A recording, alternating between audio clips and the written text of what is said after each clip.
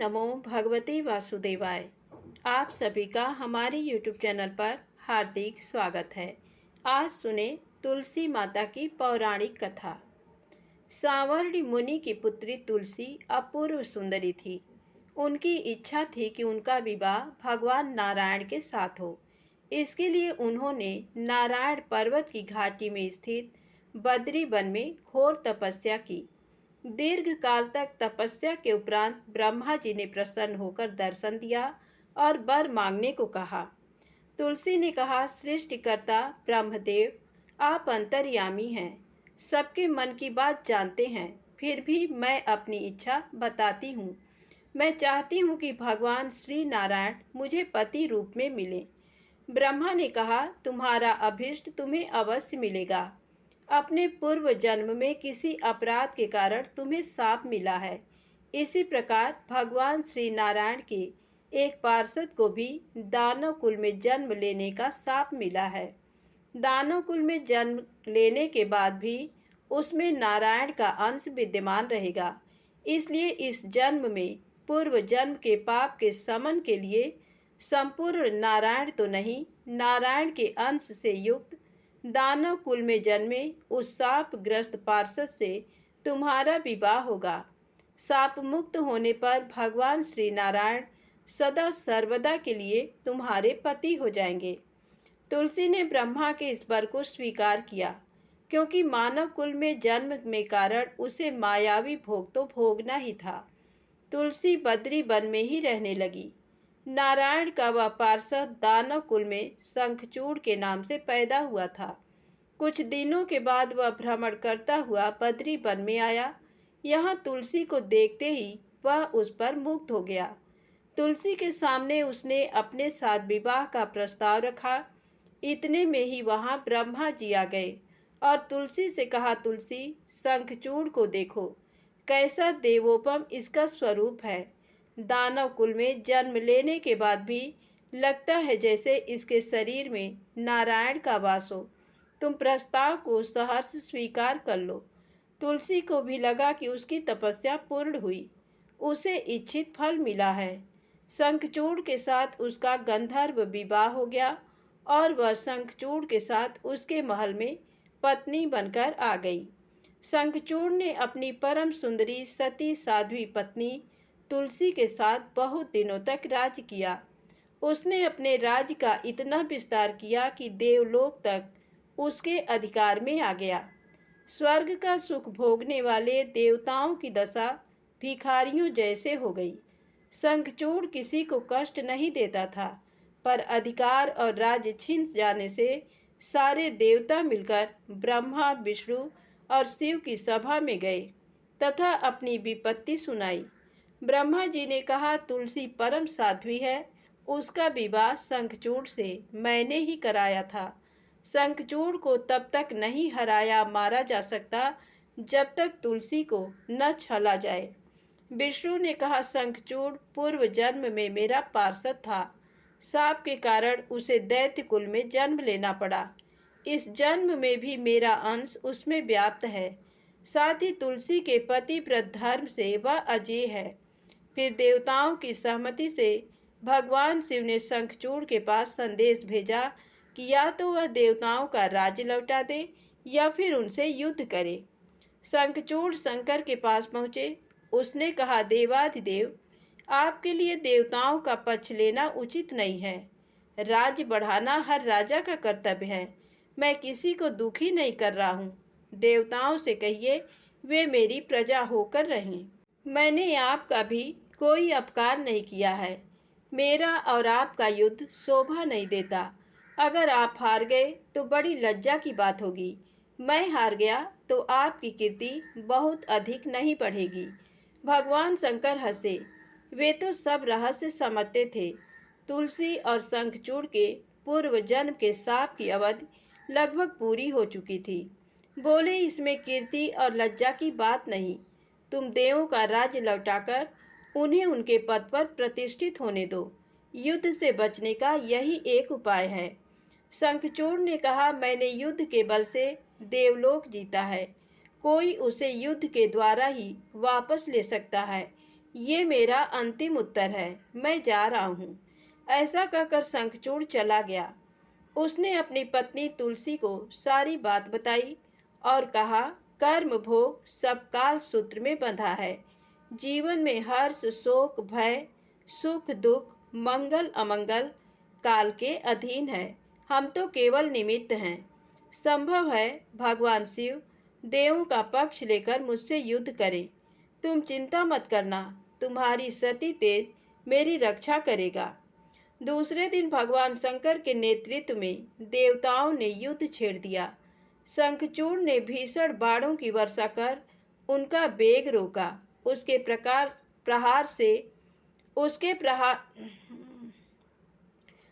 प्रहार से देवता डगमगाने लगे। उसने दानवी शक्ति का प्रयोग कर मायावी युद्ध आरंभ किया। युद्ध स्थल पर वह किसी को दिखाई नहीं देता था, पर उसके अस्त्र शस्त्र प्रहार कर देवों को घायल कर रहे थे। देवगण अपने अस्त्र चलाएं तो किस पर चलाएं, क्योंकि कोई शत्रु सामने था ही नहीं। कई दिनों तक इस तरह भयंकर युद्ध चला। शंखचूड़ पराजित नहीं हुआ। तब शिव ने विष्णु से कहा, विष्णु कुछ उपाय करो। विष्णु भगवान ने सोचा, बल से तो शंखचूड़ को हराया नहीं जा सकता, इसलिए छल का सहारा लेना होगा। उन्होंने तुरंत अपना स्वरूप शंखचूड़ जैसा बनाया और अस्त्र शस्त्र से सज्जित हो तुलसी के पास आए। बोले, प्रिय, मैं युद्ध जीत गया। सारे देवता भगवान शंकर समेत हार गए। इस खुशी में आओ, मैं तुम्हें अंक से लगा लूं। पति को प्रत्यक्ष खड़ा देख तथा विजय का समाचार सुन वह दौड़कर मायावी शंखचूड़ के गले से लिपट गई। इस प्रकार पति पत्नी दोनों ने आलिंगन हो खूब खुशी मनाई। पर पुरुष के साथ इस प्रकार के व्यवहार से उसका सती तेज नष्ट हो गया। उसका सती तेज जो शंखचूड़ की कवच के रूप में रक्षा कर रहा था, वह कवच नष्ट हो गया। शंखचूड़ शक्तिहीन हो गया। ये जानते ही भगवान शंकर ने अपने त्रिशूल से प्रहार किया। त्रिशूल के लगते ही शंखचूड़ जलकर भस्म हो गया। शंखचूड़ के मरने को जानकर विष्णु अपने असली स्वरूप में आ गए। सामने अपने पति शंखचूड़ के स्थान पर भगवान विष्णु को खड़ा देख तुलसी बहुत विस्मित हुई। उसको पता लग गया कि स्वयं नारायण ने उसके साथ छल किया है। क्रोध में आकर उसने शाप दिया, एक सती स्त्री का सतीत्व भंग करने के अपराध में तुम हृदयहीन पत्थर हो जाओ। विष्णु ने तुलसी के शाप को सिरोधार्य कर कहा, देवी, तुम्हारे तथा शंखचूड़ के कल्याण के लिए मुझे ऐसा करना पड़ा। तुम दोनों को शाप मुक्त करना था। तुम भी अब शरीर त्याग कर तुलसी बिरवा के रूप में जन्म लोगी और मेरी पूजा तुलसी दल से होगी। मैं सालग्राम पत्थर बनूंगा। मेरे शीश पर तुम आदर से विराजमान होगी। तुम्हारे पति की हड्डियों के चूर्ण से शंख की उत्पत्ति होगी। उस शंख ध्वनि से देवताओं तथा मेरी पूजा आराधना होगी। जहाँ शंख ध्वनि होगी वहाँ मंगलमय मैं विराजमान रहूँगा। तुमने पूर्व जन्म में बद्री वन में मुझे पाने के लिए बड़ी तपस्या की थी। अब अगले जन्म में मैं नारायण प्रस्तर के रूप में बद्रीनाथ वन में स्थापित होऊंगा और मेरी पूजा अर्चना फल फूल से न होकर तुम्हारे तुलसी दल से होगी। मेरे शीश पर विराजमान होकर तुम मुझसे भी ऊंचा पद प्राप्त करोगी। तो प्रेम से बोले, विष्णु भगवान की जय हो, तुलसी माता की जय हो। आइए सुने राजा अम्बरीश की कहानी। राजा अम्बरीश राजा नाभाग के पुत्र थे। वह 7 द्वीपों के राजा थे। वह बहुत ही ब्रह्मज्ञानी और विष्णु भक्त थे। वह भगवान विष्णु की कथाएं सुनते और मंदिरों में दर्शन करने जाते। विष्णु भक्ति के आगे वह घर, स्त्री, पुत्र, धन धान्य सब कुछ तुच्छ समझते थे। एक बार भगवान विष्णु को प्रसन्न करने के लिए उन्होंने साल भर पत्नी सहित एकादशी का व्रत रखा। कार्तिक मास में व्रत जब समाप्त हुआ तो उन्होंने 3 दिनों तक उपवास किया। विष्णु भगवान का पूजन किया। ब्राह्मणों को 60,000 गौओं का दान दिया। संत महात्माओं को दान दिया और उन्हें भोजन करवाकर संतुष्ट किया। राजा अम्बरीश जब ब्राह्मणों को भोजन करवाने के पश्चात पारण करने लगे तो उसी समय दुर्वासा ऋषि अतिथि के रूप में वहां आ गए। राजा अम्बरीश ने दुर्वासा ऋषि का पूजन और स्वागत किया और उन्हें भोजन के लिए विनती की। दुर्वासा ऋषि कहने लगे कि मैं पहले यमुना नदी में स्नान कर भोजन करूंगा। दुर्वासा ऋषि स्नान करने चले गए। उधर द्वादशी केवल कुछ मुहूर्त ही रह गई, जिस मुहूर्त में पारण करना आवश्यक था, नहीं तो राजा का व्रत निष्फल हो जाता। राजा अम्बरीश दुविधा में पड़ गए क्योंकि दुर्वासा ऋषि अभी वापस नहीं आए थे। अगर अतिथि ब्राह्मण को भोजन करवाए बिना पारण करते तो पाप के भागीदार बनते, लेकिन पारण किए बिना द्वादशी व्यतीत हो जाने पर पारण का महत्व समाप्त हो जाता है। ऋषियों ने कहा कि महाराज, आप केवल जल से पारण कर लें, इससे आपका व्रत भी व्यर्थ नहीं होगा और कोई दोष भी नहीं लगेगा, क्योंकि जल को भोजन और भोजन दोनों रूपों में माना जाता है। ऋषियों के परामर्श पर राजा अम्बरीश जलपान कर दुर्वासा ऋषि की प्रतीक्षा करने लगे। यमुना से लौटने पर दुर्वासा ऋषि अपनी तपशक्ति से जान गए कि राजा अम्बरीश ने जल पी लिया। राजा अम्बरीश पर क्रोधित होते हुए दुर्वासा ऋषि कहने लगे कि तुमने धर्म का उल्लंघन किया है। राजन, तू लक्ष्मी और धन वैभव में अंधा हो गया है। तुमने मुझे भोजन का निमंत्रण दिया और घर आए अतिथि को भोजन कराए बिना स्वयं भोजन कर लिया। इस कुकर्म का फल तुझे जरूर भोगना पड़ेगा। दुर्वासा ऋषि ने अपने जटा को उखाड़कर उससे कालाग्नि के समान कृत्या को बनाया, जो राजा की ओर दौड़ी। राजा अपने स्थान से तिल भर भी नहीं हटे। उसी क्षण भगवान विष्णु ने अपने भक्त की रक्षा के लिए अपना सुदर्शन चक्र भेजा, जिससे कृत्या को उसी क्षण जला दिया और सुदर्शन चक्र फिर दुर्वासा ऋषि की ओर मुड़ गया।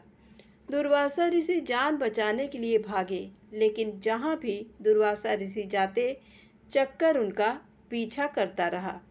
ब्रह्मा जी की शरण में गए तो ब्रह्मा जी कहने लगे कि विष्णु जी के तेज से मैं आपको नहीं बचा सकता। भगवान शिव के पास गए तो भगवान शिव कहने लगे कि विष्णु जी के चक्र से तुम्हें बचाना मेरे बस में नहीं है, तुम भगवान विष्णु के शरण में जाओ। दुर्वासा ऋषि बैकुंठ धाम में गए। भगवान विष्णु के चरणों में वंदना कर कहने लगे कि हे साधुओं पर कृपा करने वाले प्रभु, मुझ अपराधी की रक्षा करें। मैंने आपके प्रिय भक्त को कष्ट पहुंचाया है, इसके लिए मुझे क्षमा करें। भगवान, मेरी रक्षा करें। भगवान विष्णु कहने लगे, तुमने वास्तविकता जानते हुए भी मेरे भक्त को कष्ट पहुंचाया है। मेरे भक्त मुझे बहुत प्रिय हैं। तुम्हारी रक्षा का एक ही उपाय है, तुम राजा अम्बरीश से क्षमा मांगो। यदि वह तुम्हें क्षमा कर दें तो समझो तुम्हारी रक्षा हो गई। वह बहुत दयालु हैं और धार्मिक राजा हैं, वह तुम्हें जरूर क्षमा कर देंगे। दुर्वासा ऋषि राजा अम्बरीश के पास पहुंचकर उनसे क्षमा मांगने लगे। आपके अपमान के कारण भगवान विष्णु का सुदर्शन चक्र मुझे जला रहा है। राजा अम्बरीश जी के पैरों में गिर गए। उन्हें दुख में देखकर राजा अम्बरीश को बहुत दुख हुआ। भगवान विष्णु के सुदर्शन चक्र को शांत करने के लिए राजा अम्बरीश ने स्तुति की। स्तुति सुनकर सुदर्शन चक्र शांत हो गए और वापस लौट गए। दुर्वासा ऋषि भी सुदर्शन चक्र के ताप से मुक्त होकर सुखी हो गए। दुर्वासा ऋषि ने राजा को आशीर्वाद दिया और कहने लगे, आप धर्मात्मा और दयालु हैं। आपने मेरी दुष्टता को भुलाकर मेरी रक्षा की। दुर्वासा ऋषि को सुदर्शन चक्र के भय से मुक्ति में 1 वर्ष व्यतीत हो गया, लेकिन राजा अम्बरीश दुर्वासा ऋषि की प्रतीक्षा में 1 वर्ष तक केवल जल ही पीकर रहे। सुदर्शन चक्र से मुक्ति के पश्चात उन्होंने दुर्वासा ऋषि को भोजन करवाकर तृप्त किया और दुर्वासा ऋषि की आज्ञा के बाद उन्होंने फिर भोजन किया। उसके पश्चात दुर्वासा ऋषि अपने लोक चले गए। राजा भक्ति के साथ राज्य करने लगे। राजा अम्बरीश के इस प्रसंग को सुनने पढ़ने से भगवान विष्णु की कृपा प्राप्त होती है। प्रेम से बोले विष्णु भगवान की जय हो। आइए सुने श्रीहरि के नाम की महिमा। एक वृद्ध महिला एक सब्जी की दुकान पर जाती है। उसके पास सब्जी खरीदने के पैसे नहीं होते। वो दुकानदार से प्रार्थना करती है कि उसे सब्जी उधार दे दे, पर दुकानदार मना कर देता है। उसके बार बार आग्रह करने पर दुकानदार खींच कर कहता है, तुम्हारे पास कुछ ऐसा है जिसकी कोई कीमत हो तो उसे इस तराजू पर रख दो, मैं उसके वजन के बराबर सब्जी तुम्हें दे दूंगा। वृद्ध महिला कुछ देर सोच में पड़ जाती है, क्योंकि उसके पास ऐसा कुछ भी नहीं था। कुछ देर सोचने के बाद वह एक मुड़ा तुड़ा कागज का टुकड़ा निकालती है और उस पर कुछ लिखकर तराजू पर रख देती है। दुकानदार ये देखकर हंसने लगता है। फिर भी वह थोड़ी सब्जी उठाकर तराजू पर रखता है। आश्चर्य, कागज वाला पलड़ा नीचे रहता है और सब्जी वाला ऊपर उठ जाता है। इस तरह वो और सब्जी रखता जाता है, पर कागज वाला पलड़ा नीचे नहीं होता। तंग आकर दुकानदार उस कागज को उठाकर पढ़ता है और हैरान रह जाता है। कागज पर लिखा था, हे श्री कृष्णा, तुम सर्वज्ञ हो, अब सब कुछ तुम्हारे हाथ में है। दुकानदार को अपनी आंखों पर यकीन नहीं हो रहा था। वो उतनी सब्जी वृद्ध महिला को दे देता है। पास खड़ा एक अन्य ग्राहक दुकानदार को समझाता है कि दोस्त, आश्चर्य मत करो, केवल श्री कृष्ण ही जानते हैं कि प्रार्थना का क्या मोल होता है। वास्तव में प्रार्थना में बहुत शक्ति होती है, चाहे वो 1 घंटे की हो या 1 मिनट की। यदि सच्चे मन से की जाए तो ईश्वर अवश्य सहायता करते हैं। तो प्रेम से बोलें, राधे राधे, जय श्री कृष्णा। अब आइए सुने मनोकामनाओं को पूर्ण करने वाली गणेश जी की पौराणिक कथा। गणेश जी रिद्धि सिद्धि के दाता और विघ्न विनाशक देवता हैं, जो पूजा अर्चन से प्रसन्न होकर भक्त की हर बाधा को दूर कर सुख, सौभाग्य और धन धान्य के भंडार भर देते हैं। उनकी दयाशीलता व दानशीलता को लेकर काफी कथाएं भी प्रचलित हैं, जिनमें एक बुढ़िया से खीर खाने की लोक कथा काफी प्रसिद्ध है। आज आइए जानते हैं गणेश जी की बुढ़िया से खीर खाने की कथा। एक बार भगवान गणेश बाल रूप में चुटकी भर चावल और चम्मच में दूध लेकर पृथ्वी लोक में निकले। वे सबको अपनी खीर बनाने को कहते जा रहे थे, पर सबने उनकी बात को अनदेखा किया। इसी दौरान एक गरीब बुढ़िया ने उनकी खीर बनाना स्वीकार कर एक भगोना चूल्हे पर चढ़ा दिया। इस पर गणेश जी ने घर का सबसे बड़ा बर्तन चूल्हे पर चढ़ाने को कहा। बुढ़िया ने बाल लीला समझते हुए घर का बड़ा भगोना उस पर चढ़ा दिया। कुछ देर में ही एक चमत्कार हुआ।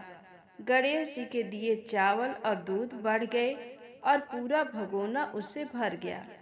इसी बीच गणेश जी नहाने के बाद खीर खाने की बात कहते हुए वहां से चले गए। पीछे से बुढ़िया के पोते पोती आए तो भूख लगने पर बुढ़िया ने उन्हें वह खीर खिला दी। खीर बनते देख पड़ोसन को भी बुढ़िया ने कटोरा भरकर खीर दे दी। बेटे की बहू ने भी चुपके से एक कटोरा खीर खाने के साथ एक कटोरा खीर छिपा दिया। इसके बाद भूख लगी तो बुढ़िया ने भी खाने के लिए खीर हाथ में ले ली और बोली, आ जा रे गणेशिया, खीर खा ले। तभी गणेश जी वहां पहुंच गए और बोले कि मैंने तो खीर पहले ही खा ली।